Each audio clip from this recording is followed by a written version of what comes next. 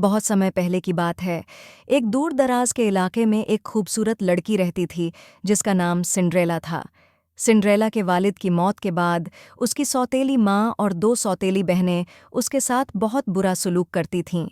वे Cinderella से सारे घर का काम करातीं और उसे पुराने और फटे हुए कपड़े पहनने पर मजबूर करती थीं।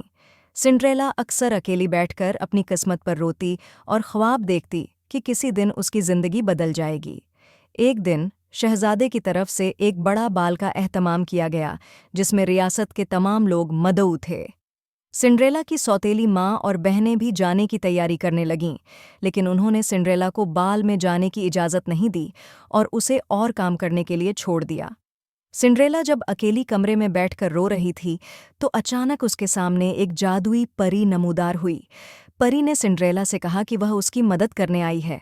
परी ने अपनी जादुई छड़ी हिलाई और कद्दू को एक खूबसूरत बग्घी में, चूहों को घोड़ों में और सिंड्रेला के पुराने कपड़ों को शानदार लिबास में बदल दिया। सिंड्रेला के पाँव में शीशे की जूतियाँ भी पहनाई। परी ने सिंड्रेला से कहा कि वह बाल में जा सकती है, लेकिन याद रखिए कि आधी रात तक उसे वापस आना होगा, क्योंकि उसके बाद जादू खत्म हो जाएगा। सिंड्रेला बाल में पहुंची और उसकी खूबसूरती ने सबको हैरान कर दिया, खास तौर पर शहजादे को। शहजादे ने सारी रात सिंड्रेला के साथ रक्स किया और वे दोनों एक दूसरे को पसंद करने लगे।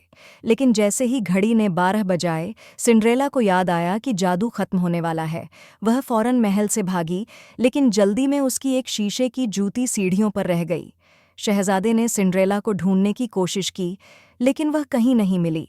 शहजादे ने ऐलान किया कि वह उस लड़की से शादी करेगा जिसका पाँव उस जूती में ठीक से आ जाएगा।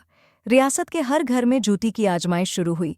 जब शहजादे के सिपाही सिंड्रेला के घर पहुंचे तो सौतेली बहनों ने जूती पहनने की कोशिश की, लेकिन उनके पाँव जूती में नहीं आ सके।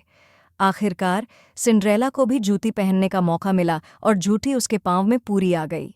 शहजादे ने सिंड्रेला को पहचान लिया और उससे शादी करने का ऐलान किया।